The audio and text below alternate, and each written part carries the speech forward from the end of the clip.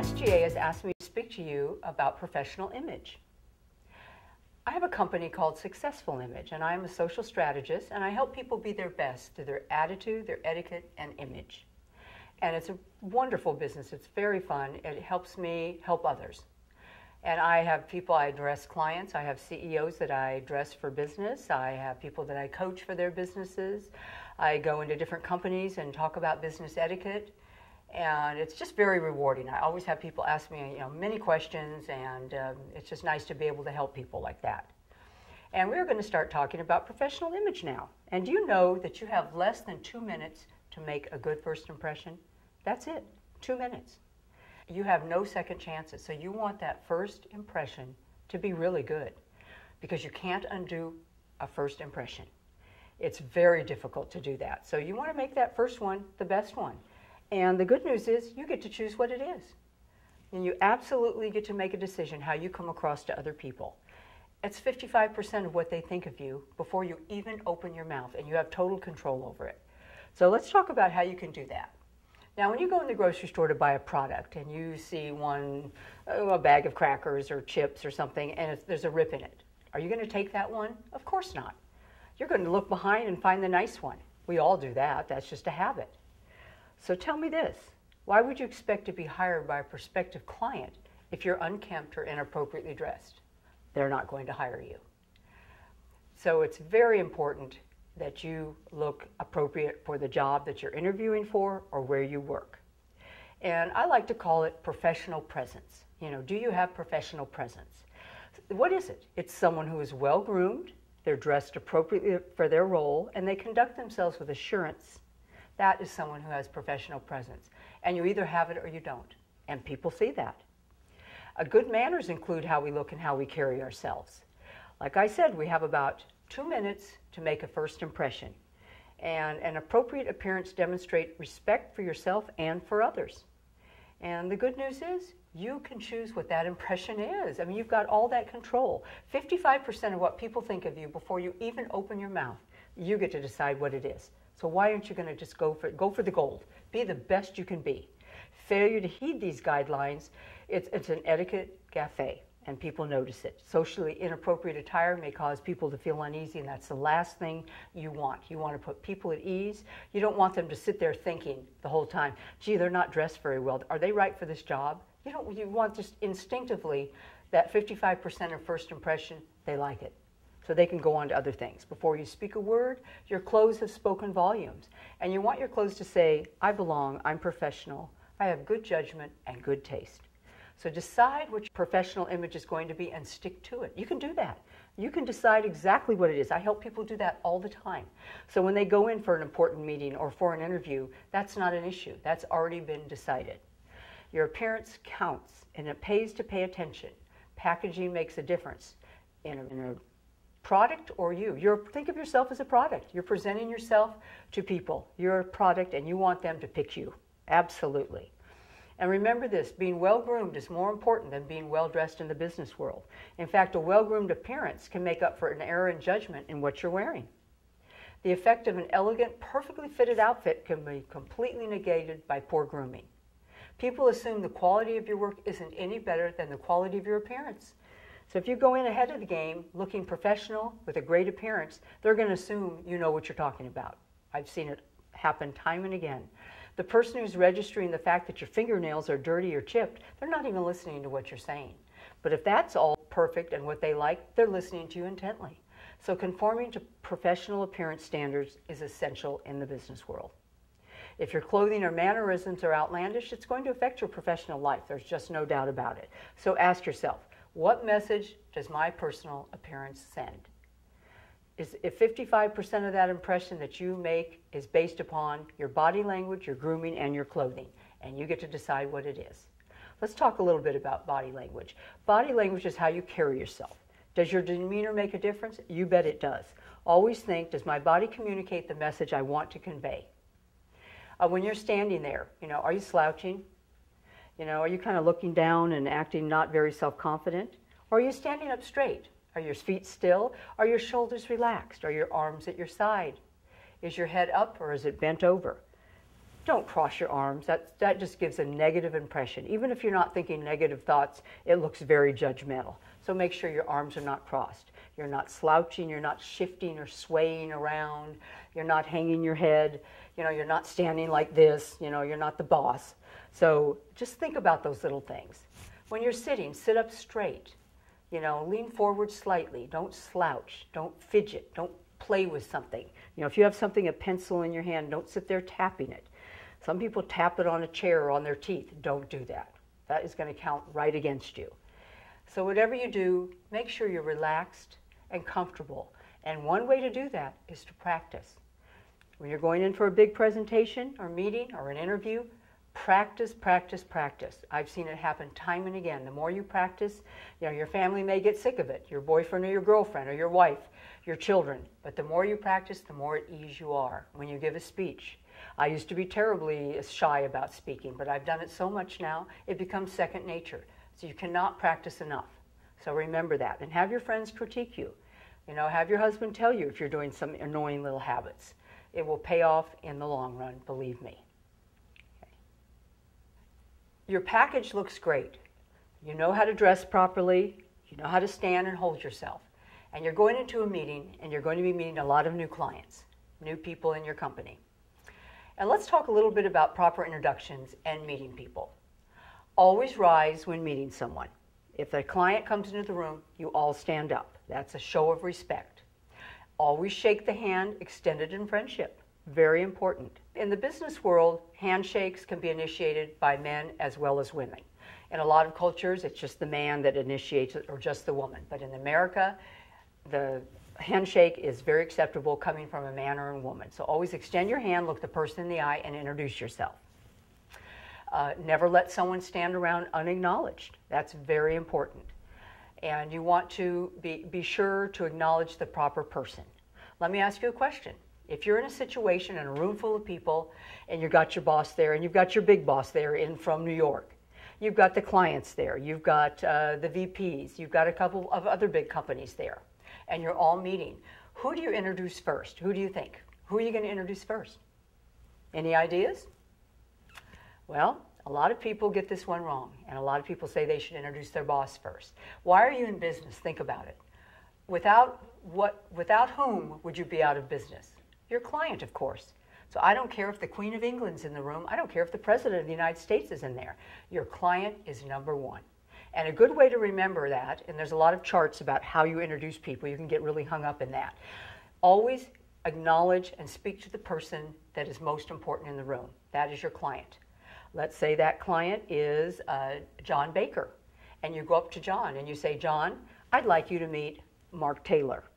Now you have made it very clear that John is the most important person, and your client should always feel like the most important person in the room. So always speak to your client first and introduce them to everyone else. Then you can go around the other way. But just remember, you can blow it all if you ignore your client. Without your client, there is no business. A lot of people don't realize that, so it's very important. And be careful how you introduce yourself. State your name, your full name, and your position.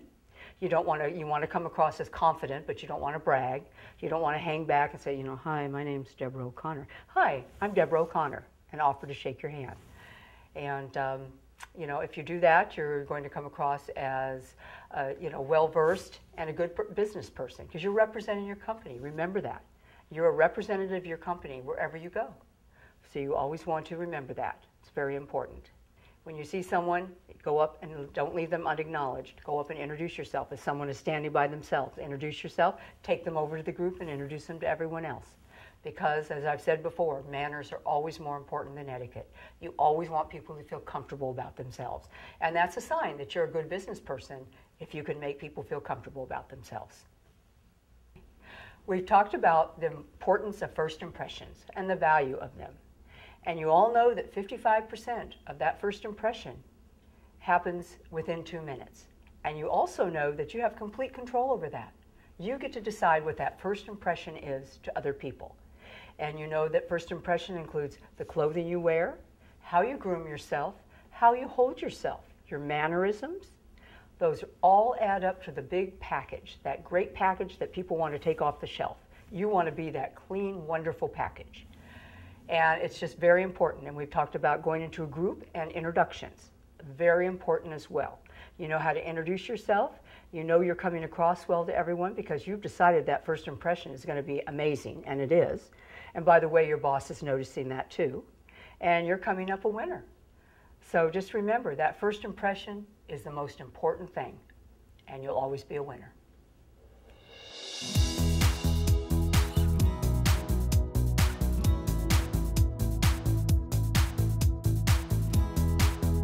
We're going to talk about branding yourself. Branding yourself with your clothing. Branding yourself in your company, what job you hold, what position you hold, and what reputation you have in your company. That all comes through with the way you look. Absolutely. What message does my appearance send? Is this what I want to say? And that's what I want each and every one of you to do every morning before you leave for work. Everyone should have a full-length mirror. And you look and you say, is this the message I want to send today? Is this the way I want my colleagues and my clients to see me? Very important. And addressing that issue, I do like to tell people to decide the night before what you're going to wear the next day. You know, in the morning when you're rushing is not the time to pick out the perfect outfit for a woman or make sure a guy's suit is neatly pressed, his shoes are shined. Make sure you have a hook over your door and hang it up. If there's a spot, if you need to press it, if you need to clean something, you have plenty of time to do it. Get in the habit of doing it the night before. It makes the morning a breeze. There it is, all ready to go. Ladies, have your purse changed, everything ready to go. Keys out where you don't lose them. So it really does help things go much more smoothly, and you end up looking better at work, and you're branding yourself a lot better. Let's talk about the best styles and colors for workplace attire for men. Now, men who wear a shirt and tie, coat and tie, it's pretty easy. You buy a nice, well-made suit, and you know, in the darker, like a navy, a gray, or a pinstripe, and you can show your personality with your shirt and tie, as you can see in these three examples. Very nice, very different color shirts, and it's just a good way to show who you are, because a lot of men feel that suits can be a little bit, where you're not showing your personality. So you can do a little bit more with the accessories, definitely. And let's talk about your shoes.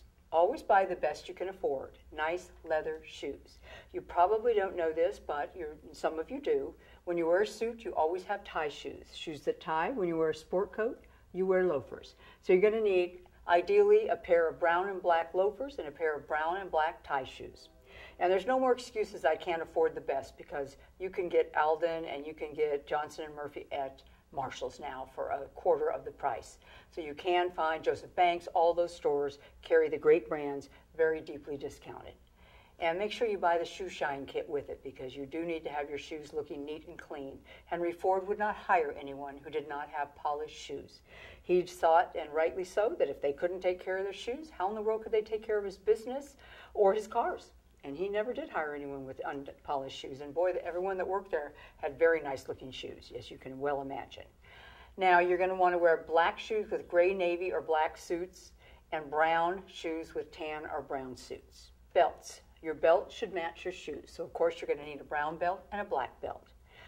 Leather or reptile, but make sure that they are leather and they're well made. Again, at these discount stores, you can find excellent belts.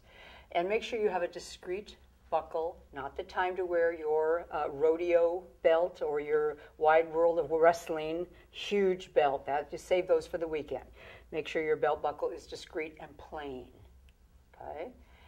Jewelry for men. No necklaces, bracelets, or earrings. Not in a conservative job, no way. One watch, one good watch. Better to spend money on one watch than a bunch of fashion watches. And one ring per hand, perhaps a wedding ring and a school ring, that's fine. And if you wear cufflinks, make sure they're nice, subtle, not, dice or something like that. I mean, you just want a nice, subtle, pretty gold or silver pair of quality cufflinks. Socks, definitely over the calf, please. I know you've seen it many times when you have the short socks, you cross your leg and there's the hairy leg, and nobody likes it. It's gross. So make sure you buy over-the-calf socks. They cost the same as the short socks, so I don't understand why everybody doesn't have them. And you need brown, black, and navy. They should match or blend with your trousers. If you can't match exactly, make them a darker color than your trousers. And avoid bright colors and large patterns. Keep your socks plain. You don't want the focus to be your socks. Now let's talk about briefcases and wallets for men and women. A nice burgundy, brown, or black leather briefcase. If you get a good one and keep it in good shape, it'll last you for 20 years. And gentlemen, please put your wallet in your front pocket of your suit and not the big bulge on the bottom. It looks terrible, it's tacky, it's passé. And ladies, it's nice to have a kind of a big wallet you can stick inside your briefcase so that you don't have to carry a purse and a briefcase. It just makes it a little easier for you. Now let's talk about the best styles and colors for workplace attire for women. It's more difficult for women. Men have suits, it's a uniform. Women, you can wear a skirt suit, a dress suit, or a pantsuit. But you know, there's so many ways for women to go wrong. That's why we have here some nice examples. Here we have a very nice brown plaid jacket with brown pants. Very elegant, very classy. You can wear this in any workplace, absolutely. And you can never ever go wrong with a black jacket with a crisp white shirt. And you can pair that with some nice black pants, or very elegant and nice, a black pencil skirt. Very popular this year. Always very nice and very tasteful. And that's what you want. You want your clothes to say, you know, I am refined, I am elegant, I know how to dress properly. That's how you want to be branded. Now shoes for ladies, black, brown, tan, or navy. You can wear slingback. You can wear a low heel or a high heel. Don't go any higher than 3 inches. Save those shoes for the weekend. Those are not the kind of shoes you want to wear to work, not to your job. Jewelry, again, the best you can afford. One watch, and women tend to have a lot of fashion watches. Better to invest in one nice watch. It just is a much more elegant, tasteful look. And earrings, maybe some gold knots, some silver or pearls. Not the time to wear the big dangly earrings. Save those for the weekend. You can dress however you want on the weekend. At work, you want to show that you're refined, that you're elegant, you know, that you're branding yourself in that way. And again, rings, 1 per hand, that's all you need. And a woman can wear like a nice pin, some pearl necklace, or a bracelet. Just never remember, with jewelry, less is more. And here, like it or not, looks matter. Look at this woman on the left. Her dress is tight, low cut, and way too sexy for work. Obviously, her profession isn't that professional. And the woman on the right is the one that would get the promotion. I mean, she's dressed elegantly, tastefully. Men would love to see the woman on the left. They're probably going to talk to her and talk about her and ask her out. But guess who's going to get the job or the promotion? The woman on the right. And when it comes right down to it, your looks do matter. And again, here's another example. Look at the girl on the left. Same woman. The one on the left, dressed sloppy. Very sloppy. She just doesn't look like she cares about how she looks. The woman on the right has on just a nice long sleeve blouse with a sweater and a string of pearls. Her hair is well groomed. Not much effort at all, but she looks so nice. She looks professional. You know, that's the kind of person. What if you had to pick who you were going to hire there just based on looks? And that, let's face it, we all know that 55% of it is how you look. The girl on the right is going to get hired every time. And then let's talk about tattoos and piercings. I mean, look at the couple on the left. This is so commonplace now to be, you know, to have the facial piercings, the ear piercings, the tongue piercings, the tattoos, the tramp stamp, all of that. I mean, you know, think before you ink. They really mean that. You know, 55% of impression is based on looks. Look at the couple on the right. They're not even dressed up. The girl has on jeans, the guy has on khakis, but they're neatly pressed. They look sharp, they look preppy. You know, who do you want in your office at your home working for you? I can tell you right now, everyone's going to pick the couple on the right. And, you know, your attire affects the external perception of your expectations. There is no doubt about it. If you go to work dressed like the woman at the water cooler on the right, you know, you're going to get what you ask for, and it's not going to be pleasant. The gentleman on the right dressed very nicely, and the woman obviously looks dressed for a weekend out, clubbing or whatever, and, you know, your credibility and your reputation are at stake. Why would you risk that, looking like that? The accountability of your own career. It's your responsibility. You know, your mother's not there to tell you how to dress. You have to know how to dress professionally, and most of you know that is not right. And let's talk about the 3 top inappropriate items worn to work or interviews by men and women. Men tend to wear jeans or sloppy pants. They're usually not dressed, you know, as neatly as they should be. And women tend to go with more tighter or revealing clothing, and they look too sexy. And those are just the most common mistakes that both sexes make. Unkempt, dirty clothing, you're more likely to find that on a man with shoes not polished, and that's just the way it is. But none of that is acceptable, not at all. And you will, remember, you will be judged by your personal appearance. You really will be, so think before you go to work. Think what you're going to wear. At the gas company, you may be wearing khakis and a shirt and a polo shirt. That might be what you're required to wear. Well, make sure those khakis are pressed and make sure that polo shirt is pressed and clean. The night before, make sure you've got your things out, and that is your attire, that is the wardrobe you're supposed to wear. Make sure it looks the best it can, because you can take that same thing and take it right out of the dryer and put it on, you're going to look like a slob. You can press it, and you're going to look like a gentleman, and that's what you want. That's how your boss is going to see you, your coworkers, but more importantly, your boss and your clients. And you get to decide, and this is what you're deciding. Do I want a promotion? Do I like working in this company? Do I want to be the one they choose to promote? Yes, I do. So don't pick clothing, ladies, that reveals too much or leaves too little to the imagination. And guys, don't be sloppy. Take that extra minute to press your clothing. Keep your accessories to a tasteful minimum. Now, your company or firm should make it pretty clear what attire is required and what they want in your workplace, and they're usually pretty specific about it. If you have questions, go to HR and ask. But usually honestly, when people misuse and they wear the wrong thing, they really know in their heart. And some people get sent home from work, and expect that if you're not dressed properly. But most of all, expect that you're not going to be promoted, you're not going to move up. And 55% of what people think of you is how you look. So why would you choose not to look good? I don't understand why anyone would do that. There are boundaries between your career and your social life, and you should dress one way for play and another when you mean business, and I mean professional business at work. So it's very important to remember that. Just, think every day when you get up and you look in the mirror, is this the image I want to project? I'm going to work. My bosses are all going to see me. Clients are going to see me. This is going to determine whether I get a raise, if I get a promotion. Is this how I want to brand myself? Do I want to be everyone to think that every day I come in, oh my, she looks professional as usual. We expect that from her. We would never be afraid to send her out to any client. We know that he or she will always come across professionally. And that's what you need to do. Be branded as a consummate.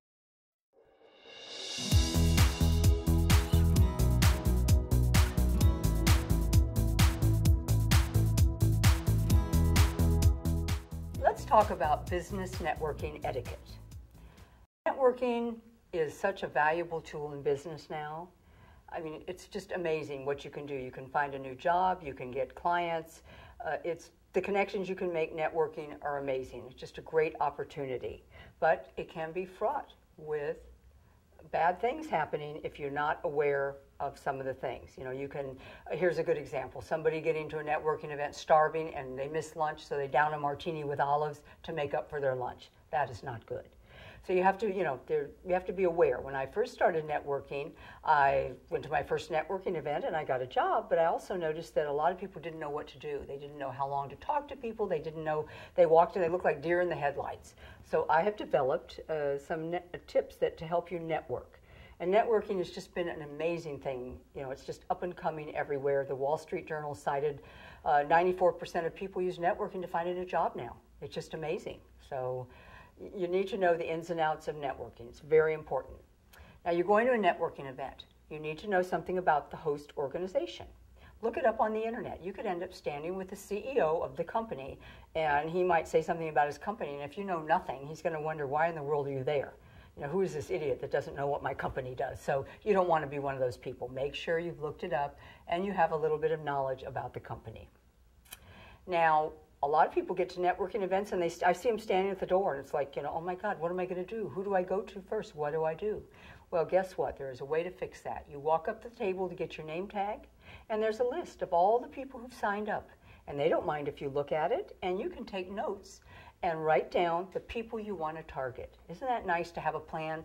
Tonight, I've got 5 people to talk to, and I'm not leaving until I talk to them all. Or people at SGA conferences, you get that list in your packet. Target those people. Say, tonight, at this event, I'm going to see these 5 people, and make little notes about what you want to talk about. That way, you've done something, you've made a plan, and you follow through. Also, before you go, make sure you know your current events. Not everybody has a chance to read the paper every day, but it's a great idea.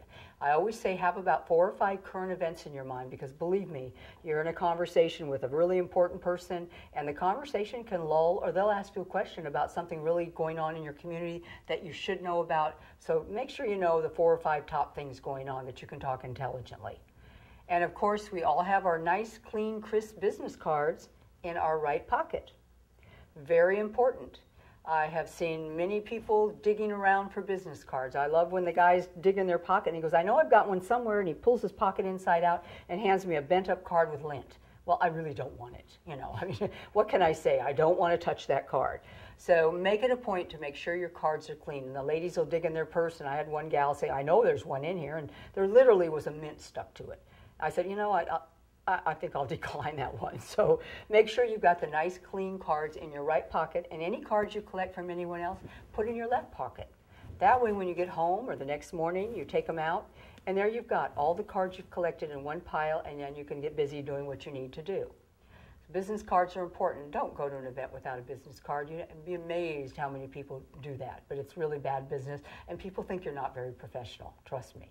And ladies, handbags, make sure you have one with a shoulder strap. So you're ready to network, you've got your cards, your hands are free, and you walk into the room, you've got a plan, you know who you're going to target. Now you've got your name badge, of course, and it is here on the right side. And you know why? You shake hands with someone and their eye automatically goes up the arm to your name badge. And there you are, and they see your name, and it is just like a signal in their brain, and they're more apt to remember who you are.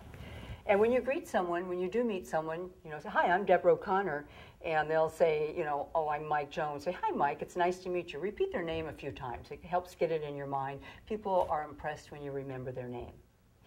Now, you're at a business networking event. Dress appropriately. You're coming from work, so make sure you have on your business attire. And for guys, that's a coat and tie, and ladies, a business suit, a pantsuit, or a dress and a jacket. Make sure you're dressed appropriately. You don't know how many networking events I've been to with ladies in cocktail dresses, and let's just say it does not connote business. And arrive on time. And a lot of people say, why? You know, I'm running late at work. I'll tell you why. The people that are hosting the event, the company, they require all their officers to be there. The CEO, most of them have to be there. They don't really want to be there. They want to go home. But they're there the first 30 minutes. So if you want to meet the principals in the company, be there when it starts. And you will get to see the CEO and the vice presidents. It's been great. I've gotten more valuable contacts that way by being on time. Now, for you people with SGA, if you're wearing a lanyard at a conference, try this trick. You know, they're hanging down here. It's kind of hard to see. Tie it in the back so that it's right up here. That way people can identify you, and you can walk up to someone and say, hey, Ken Baker, I haven't seen you since the last conference. How are you doing? And how impressed will he be? Even though he knows you read it, you made that effort. So try to get the lanyard up here closer. That does help a lot. And you walk in the room, and the first thing is you're hungry. Let's face it. We've all had lunch. It's been 5 or 6 hours. I'm crabby, and I am hungry. And the first thing on my mind is not, you know, schmoozing with someone and chit-chatting. I'm hungry. So you know what I do? I very politely walk in. I go up to the food table, and I get a lot of food on my plate. Heap it up if you have to. Get a drink. I go sit in the corner, and I sit there and I eat all the food and drink. Run to the ladies' room and wash my hands and make sure I have no spinach in my teeth and touch up my lipstick. I walk out. I'm the happiest person in the room. My little tummy's full. I'm happy. You know, and people want to meet me. So, and you don't have to walk around carrying a plate and a glass and everything else. You're there for business. You're ready to do it. And it's just really a good way. Now, let's say for some reason you can't do that and you're juggling a plate. Don't go for the drippy, messy chicken legs. You know, that doesn't do a lot for your image to be gnawing on a chicken leg.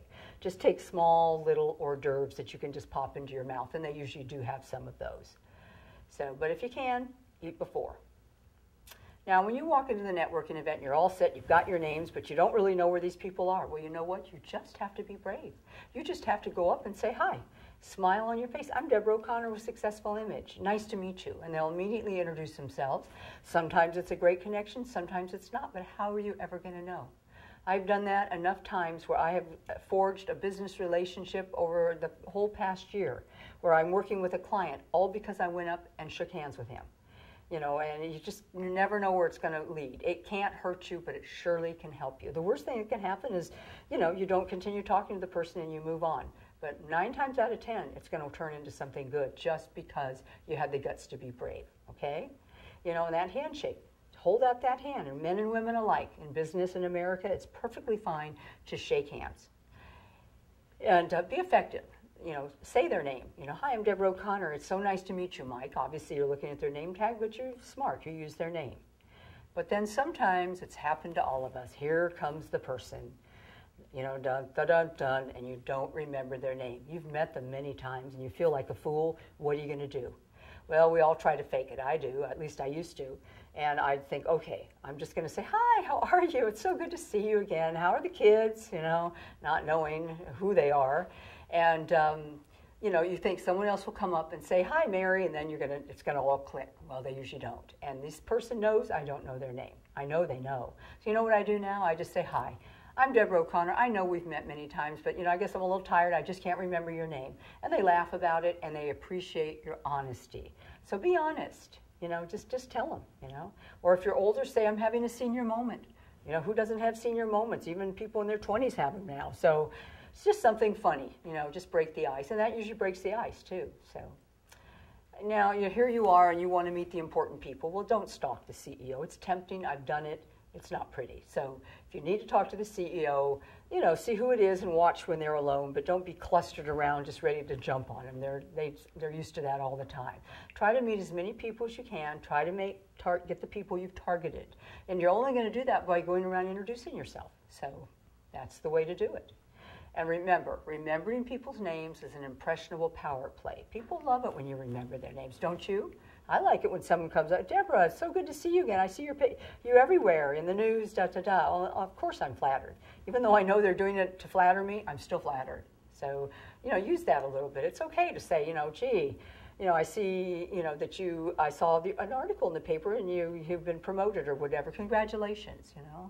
So use things like that. In fact, let me give you another little tip.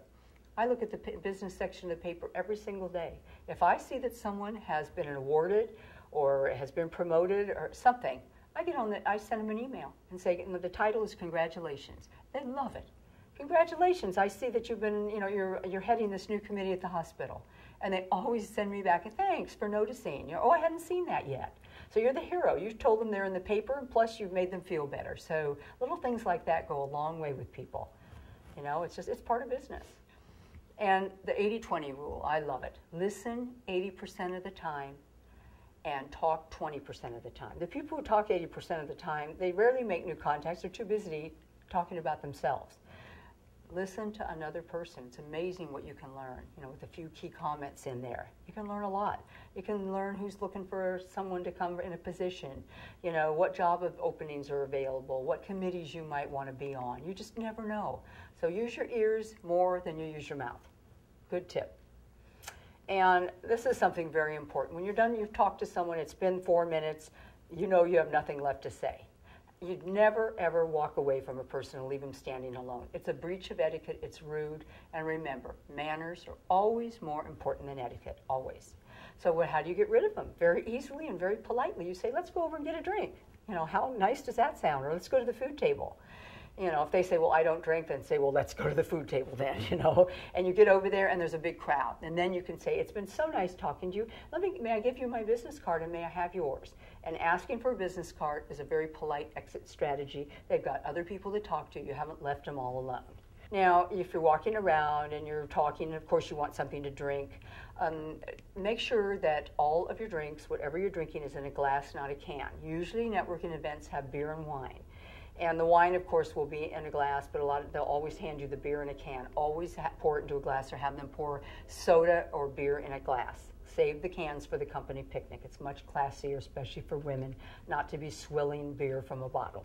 And know your drink limit. You all know your drink limit. I can have 1 drink and eat food and I'm fine. I can network all night and drive home safely. But many a deal has been blown by drinking too much. And you know what? People notice when you drink too much, and they think, gee, if they can't handle their liquor, how are they going to handle the job? Or, gee, they might have been a good candidate for this job, but I don't need a drinker on my staff, you know? You just never know what goes through people's minds. So watch your P's and Q's.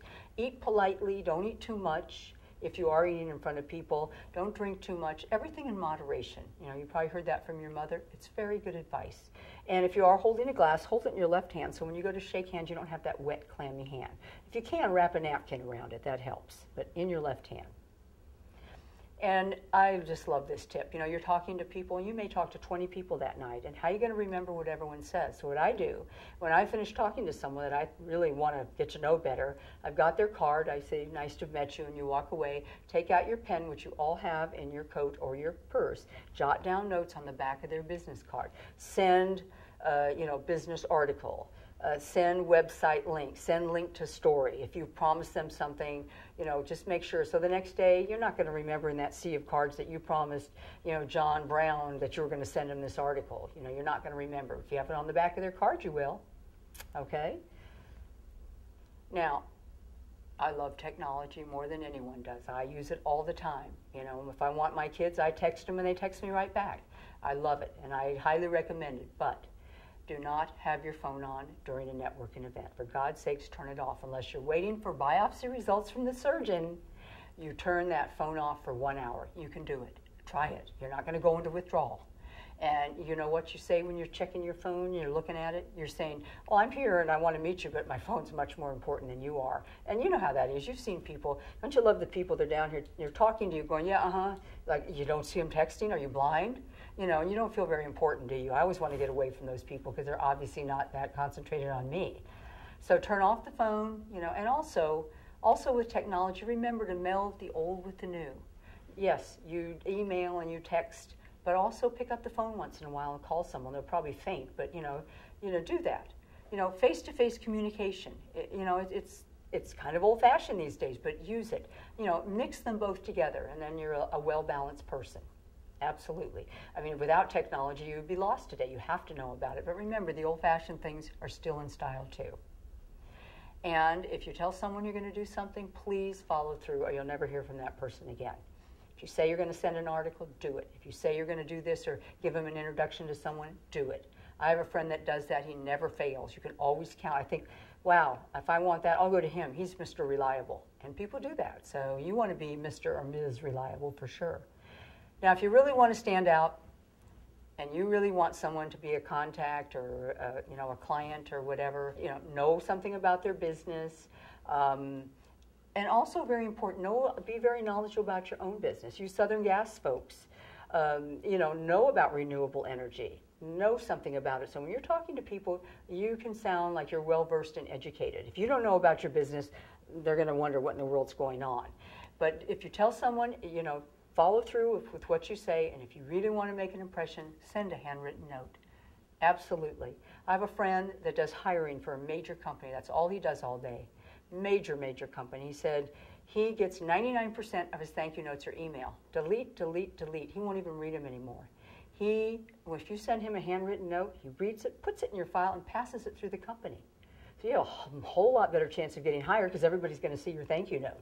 So, it's just, I keep them always. I keep 3 or 4 in my portfolio with a stamp on them. Sometimes after a meeting, I'll go sit in the car, write the thank you note, and go mail it so they get it the very next day. How cool is that? How much of an impression does that make?